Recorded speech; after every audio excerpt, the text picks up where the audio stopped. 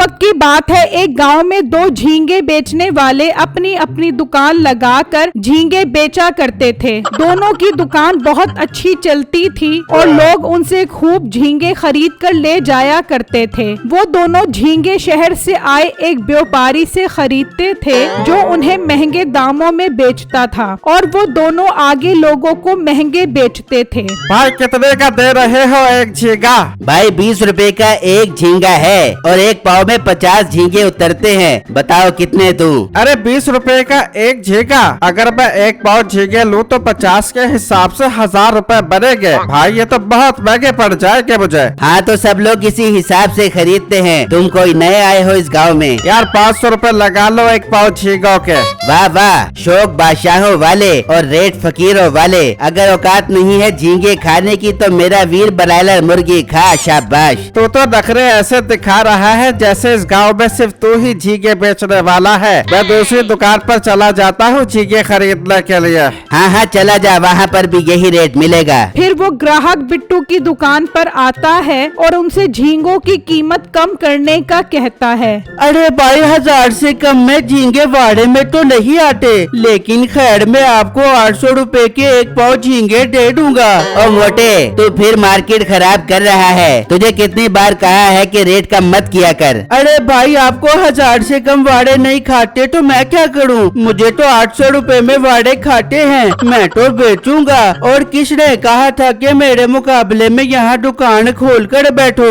बिट्टू की बात सुनकर मीठे को बहुत गुस्सा आता है। ये मोटा बहुत सियाना होता जा रहा है, इसका मसला हल करना पड़ेगा। फिर शाम में मीठा अपने घर आता है तो उसकी बीवी खाना बना रही होती है। आजा मीठे, मैं तेरा इंतजार कर रही थी। सुना सारे झींगे बेच गया ना? हाँ बेगम, बिक तो सारे गए हैं लेकिन बहुत मुश्किल से। वो मोटा है ना जिसकी दुकान के सामने मैंने अपनी दुकान खोली है, भाई बड़ा कोई मनहूस इंसान है। सारे ग्राहकों को कम रेट करके देता है, तभी उसके सारे झींगे फौरन बिक जाते हैं। मुझसे तो लोग मजबूरी में ही खरीदते हैं। मीठे तेरी अकल कब काम कर बेबे की? तू उस व्यापारी से बात करके वो उस मोटे को झींगे न बेचे, सिर्फ तुझे झींगे बेचे। इस तरह उसकी दुकान भी खत्म हो जाएगी और फिर तू जितने मर्जी चाहे महंगे झींगे बेची, लोग तुझे ही से खरीद बेचेंगे।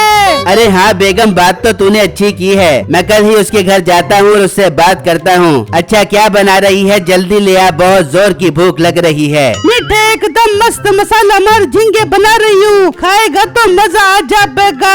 और तुझे अकल है कि नहीं? कुछ और नहीं बना सकती? बाहर भी सारा दिन झींगों का मुंह देखता हूँ, अब घर में भी झींगे खाऊंगा। कुछ तो अकल कर, क्यों मेरा कबाड़ा निकाल रही है? अच्छा अब तो खा ले झींगे, आगे कुछ और बना ले बूंगी। फिर नसीबो उसके लिए झींगे लेकर आती है और जब अगला दिन निकलता है तो मीठा व्यापारी से बात करने के लिए उसके घर पहुंच जाता है। क्या बात है बेटे, खैर से आए हो? व्यापारी भाई ये मस्त मिठाई का डब्बा आपके लिए लेकर आया हूँ। इसमें लड्डू, बर्फी, चमचम, रसगुल्ले, गुलाब जामुन हैं। खाओगे तो मजा आ जाएगा। बेटे वो तो ठीक है, कब बता किस कब आया है मेरे पास? व्यापारी भाई मैं चाहता हूँ कि आप उस मोटे बिट्टू को झींगे ना बेचो, सिर्फ मुझे बेचो। आपसे 600 रुपए की बजाय 800 रुपए की खरीदूंगा। आपका भी फायदा हो जाएगा और मेरा भी फायदा हो जाएगा। बताओ सौदा मंजूर है? बेटे बड़ा भाई को तू खुद गर्ज इंसान है, मुझे इस तरह के लालची लोग बिल्कुल पसंद नहीं है। तू अपना मिठाई का डब्बा वापस ले जा और दोबारा अपनी शक्ल न दिखाई। व्यापारी भाई आप तो गुस्सा ही कर गए, मेरी बात तो सुनो। चुप हो जा और चला जा यहाँ से, चल निकल जा।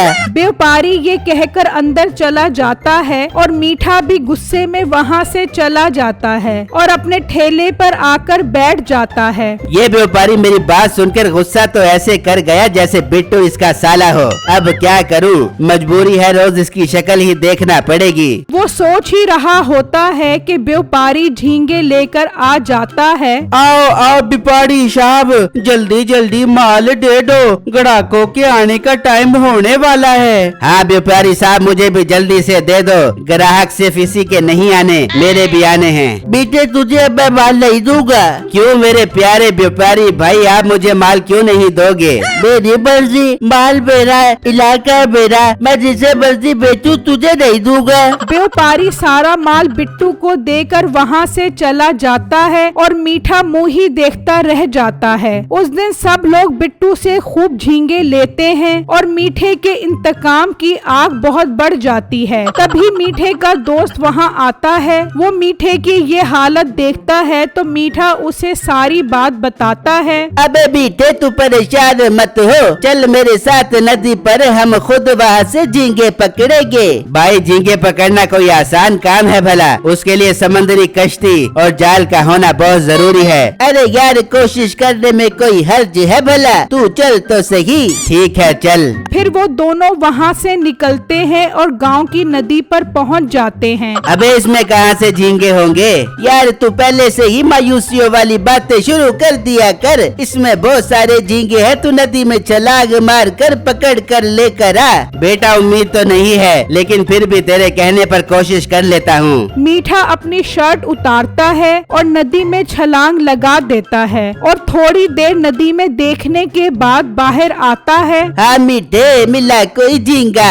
हाँ ट्रक भरे पड़े हैं इस नदी में झींगों के। और मोटी अकल वाले, खामखा में मेरा टाइम बर्बाद कर दिया तूने। ये कहकर मीठा नदी से बाहर आ जाता है। अबे जल्दी घर चल, बहुत जोर का प्रेशर पड़ रहा है, जल्दी चल वरना पैंट खराब हो जाएगी। मीठे घर तो बहुत दूर है, नदी पर ही कर ले। फिर मीठा वहीं बैठ जाता है।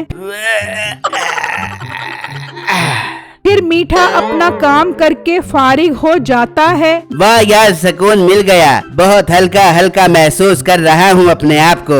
अबे मीठे पीछे देख। जब मीठा पीछे देखता है तो बहुत सारे झींगे आए हुए होते हैं। यार मीठे तू क्या खा कर आया था? सारे ही झींगे तेरी पोटी खाने के लिए आ गए। यार जानू मैं साग खा कर आया था, लगता है इन्हें साग बहुत पसंद है, अपने तो मजे हो गए। चल मीठे नदी में जा, सारे झींगे बाहर फेंक दे। मीठा नदी में उतरता है और एक एक करके सारे झींगे बाहर फेंक देता है और लेकर अपनी दुकान पर आ जाता है। आ जाओ 500 के हिसाब से सस्ते सस्ते झींगे ले जाओ। आ जाओ सेल लगा दी सेल। आ जाओ मीठे को लूट लो। ये सुनकर सब लोग हैरान हो जाते हैं और बिट्टू को छोड़कर सब मीठे की दुकान पर आ जाते हैं और देखते ही देखते मीठे के सारे झींगे बिक जाते हैं। अब बिट्टू मीठे का मुंह ही देखता रह जाता है। अरे ये इतने सस्ते झींगे कैसे बेच रहा है, समझ से बाहर है ये बात। फिर मीठा रोज नदी पर जाता और जाकर बैठ जाता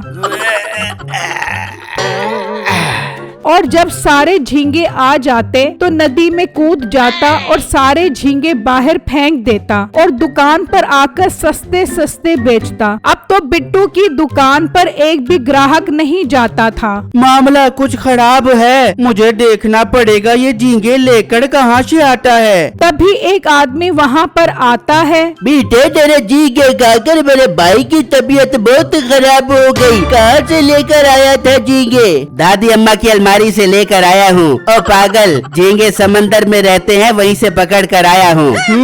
कुछ तो गड़बड़ है, अब कल मैं देखूंगा ये झींगे कहाँ से लेकर आता है। फिर बिट्टू अगले दिन मीठे के पीछे पीछे जाता है और नदी पर पहुंचकर बिट्टू देखता है कि मीठा वहां बैठ गया है और अपना पेट हल्का कर रहा है और सारे झींगे वहां इकट्ठे हो गए हैं। अच्छा तो ये झींगे मीठे की पोटी के दीवाने हैं, तभी तो ये गंदे लोग खाकर बीमार हो रहे हैं। मैं कल ही इसको पुलिस के हवाले करवाऊंगा।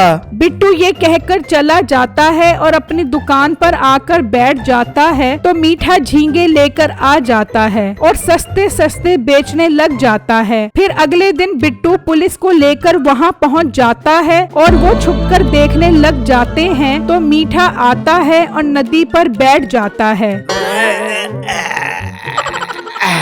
आ जाओ तुम्हारा देसी घी का साग तैयार है, आ जाओ। हम आ गए। पुलिस भाई मैं तो झींगों को बुला रहा हूँ, आपको तो मैंने नहीं बुलाया। तूने तो हमें नहीं बुलाया, लेकिन जेल तुझे बुला रही है ना यार।